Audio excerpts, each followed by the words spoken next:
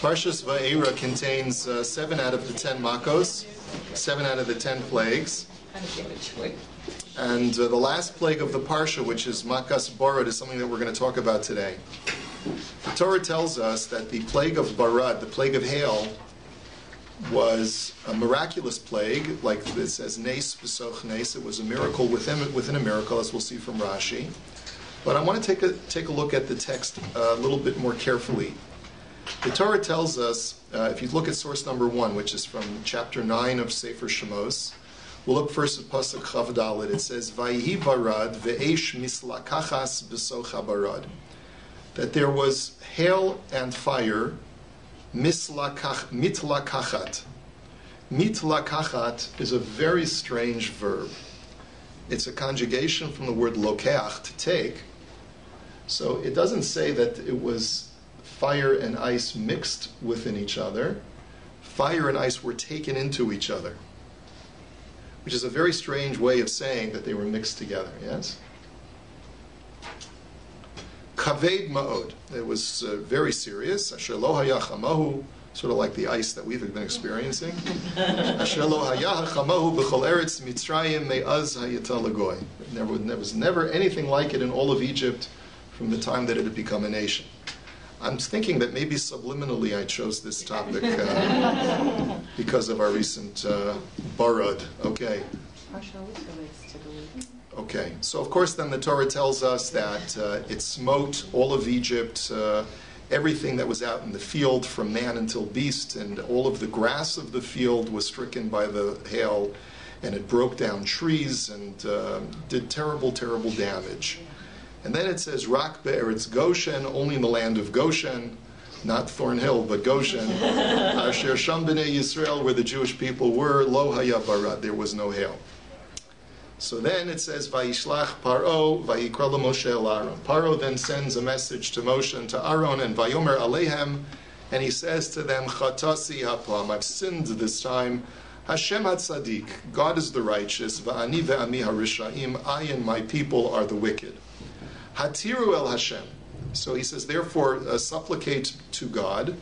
Virav mihiyos kolos Elohimu varad. It's enough of there being these divine sounds in the hail.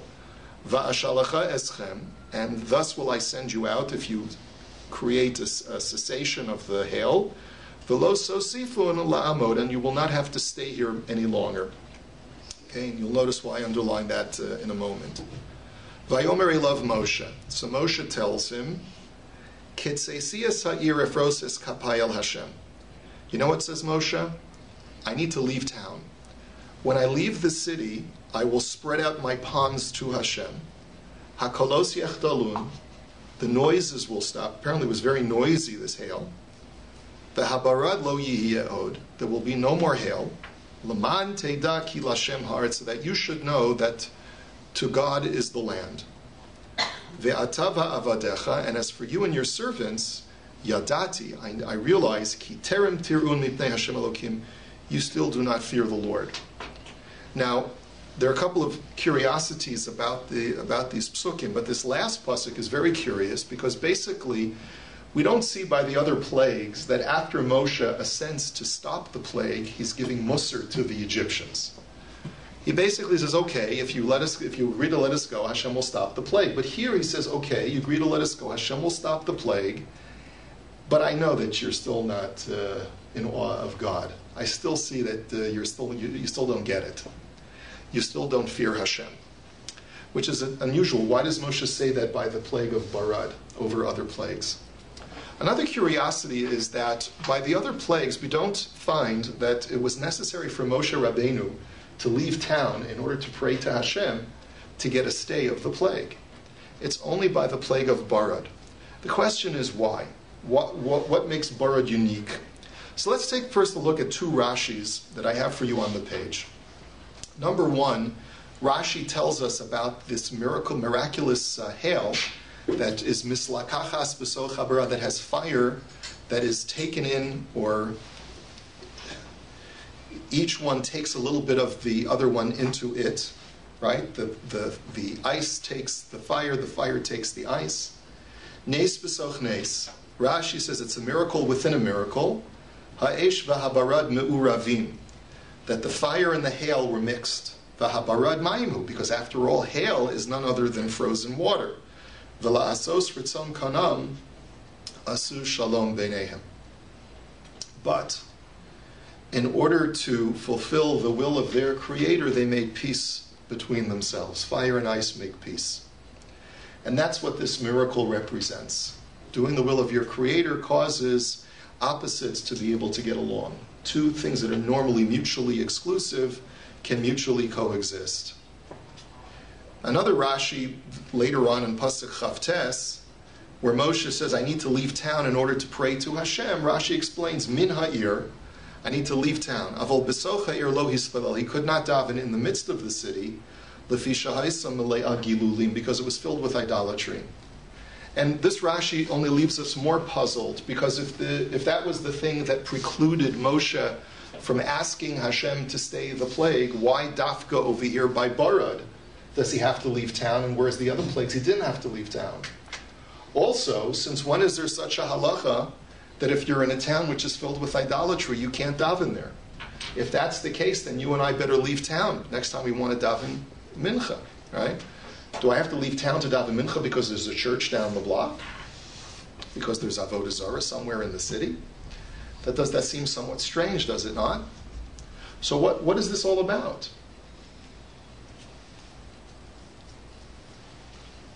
I also want to point out there's a certain irony between these two Rashis. Because if fire and ice coexisting is a symbol of things that are opposites being able to coexist, then if anything, Moshe Rabbeinu is almost sort of repudiating that message by saying, I need to leave town because you and I cannot coexist. Yes? So let's try and understand this. It would seem that this plague, each of the Makos was trying to present Paro with a different lesson. We know that. We know that from so many of the different Meforshim, and each Parshan has a different way of explaining how each plague provided a unique message to Paro. But I believe that this Makkah in particular was giving Paro a very important message, which is, how did we get to this state, Paro, where you enslave the Jewish people are trying to get out of here and don't want to be your slaves anymore? It's because you created, through your prejudicial attitudes, created two different classes of people within Egyptian society, the Jews and the Egyptians. And you said that there has to be this division between Jews and Egyptians. The Jews are the underclass, and we cannot get along. The Jews have to be segregated, have to live in Goshen, and they have to be our slaves. We cannot coexist. Despite our differences, coexistence is not an option. And Moshe Rabbeinu's lesson and Hashem's lesson to Paro is, no, coexistence is an option. Because when it comes to doing the right thing, even opposites can coexist. Even fire and ice can coexist, if necessary. If both of them are focused towards a divine cause that is greater than themselves, then it is possible for fire and ice to coexist, even for the Egyptian and the Jew to coexist. We may be different. We may even be opposites in our values, in our ideals, in our hopes, and our goals in life. And it may be necessary for Jews to live in Goshen and Egyptians to live outside of Goshen. But at the same time, why can't we coexist peacefully? The idea of mitlakachat, I think, is a representative of the idea that you have to let yourself, a little bit of yourself, be taken in by the other.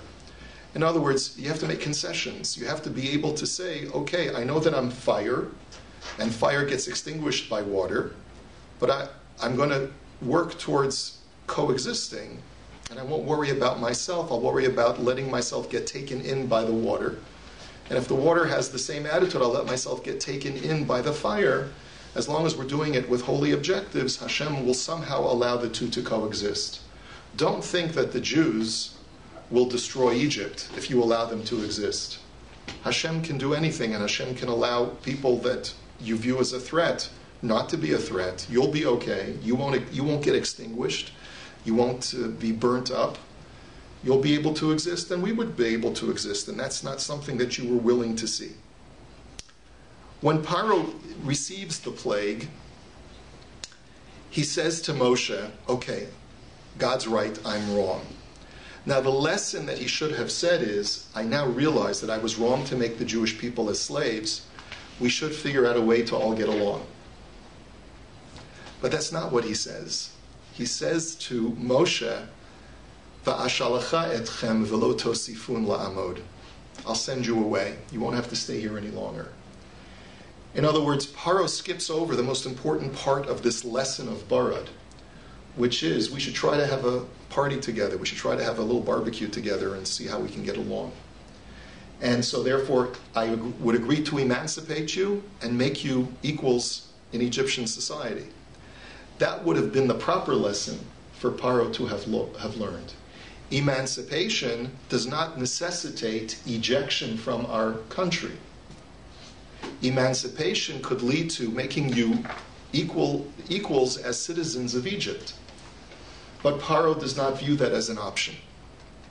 And that's why Moshe Rabbeinu says to him, you yourself, Paro, have demonstrated that peaceful coexistence from your perspective is not an option, despite the lesson of the Hail. And therefore, kids say, si es ha'ir.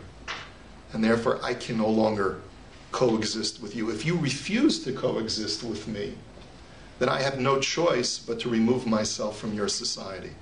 So therefore, in the course of removing this plague, I need to separate myself and leave town.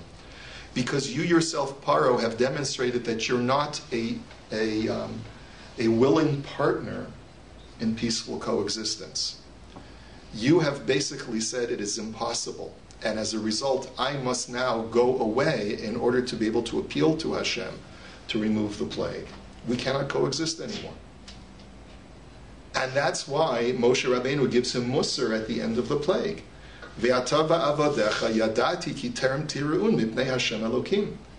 I see that you have not yet acquired the fear of God to understand the lessons that Hashem is providing you with the plague. That's the reason why Moshe is so disappointed. He says, number one, your very words have demonstrated that I cannot coexist with you. And number two, you haven't learned the whole lesson of the Makkah.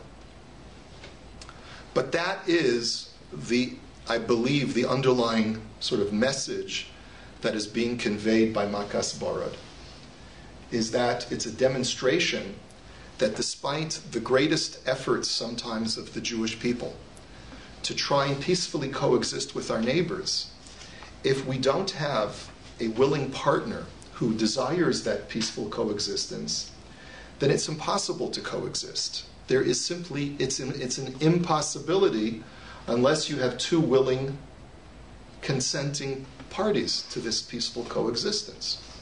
So the only option is, what's the only alternative to peaceful coexistence? Segregation. You have to put up a fence, you have to put up a wall, because there's no possibility for peaceful coexistence. Now, that doesn't mean that peaceful coexistence is impossible. It doesn't mean that it's impossible for Jews to live with Arabs. Of course it's possible. But both sides have to say, we want to peacefully coexist. Trying to force the other party to peacefully coexist is doomed to failure. And that's one of the greatest mistakes that peace partners make in the world today. It's one of the greatest mistakes that the people in the UN make. It's one of the greatest mistakes that people in Israel, some people in Israel who want to pursue this peace, are making, is that they feel if there is a peace that is forced upon the Arab world, then that will result in peaceful coexistence. But it can't. It's impossible for it to work. Halavai, it should work. Halavai, that fire and ice can coexist. If Hashem wants fire and ice to coexist, they can. But the fire has to want it, and the water and the ice has to want it.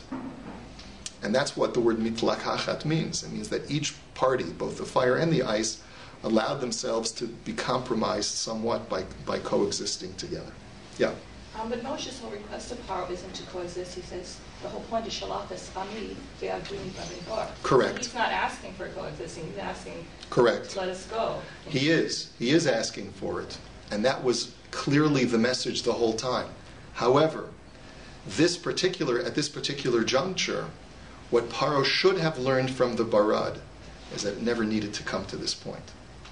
The only reason why Moshe said Shalach et Ami was because Paro had enslaved us.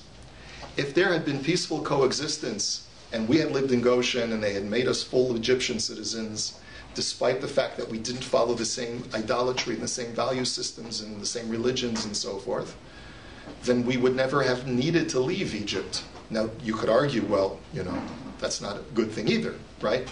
But that's part of the lesson of the Barad as well. Paro should have chapped that. Paro should have learned this lesson. This was the lesson of, you should have left well enough alone, Paro, and have allowed the Jews to be full citizens of Egypt, separated, but peacefully coexisting, even despite our differences. But you didn't. Yeah. I think you have to be on a pretty high madrega to do that. Paro was obviously a Rasha. Now I'm thinking about Mandela, because I've been reading a lot about him since he died. It seems that his godless to a lot of people was that he was able to say, I'm going to forget about the fact that the whites oppressed the blacks for all these years in South Africa, and let's live together in harmony. And that was a very high madrega. Correct. It was. It's a very good point. That was his godless. His ability to say, I forgive. We can put it behind us. As long as you accept us, we'll accept you. We may be different, we may have different values, but we can peacefully coexist. Okay, have a wonderful day. Try and stay warm.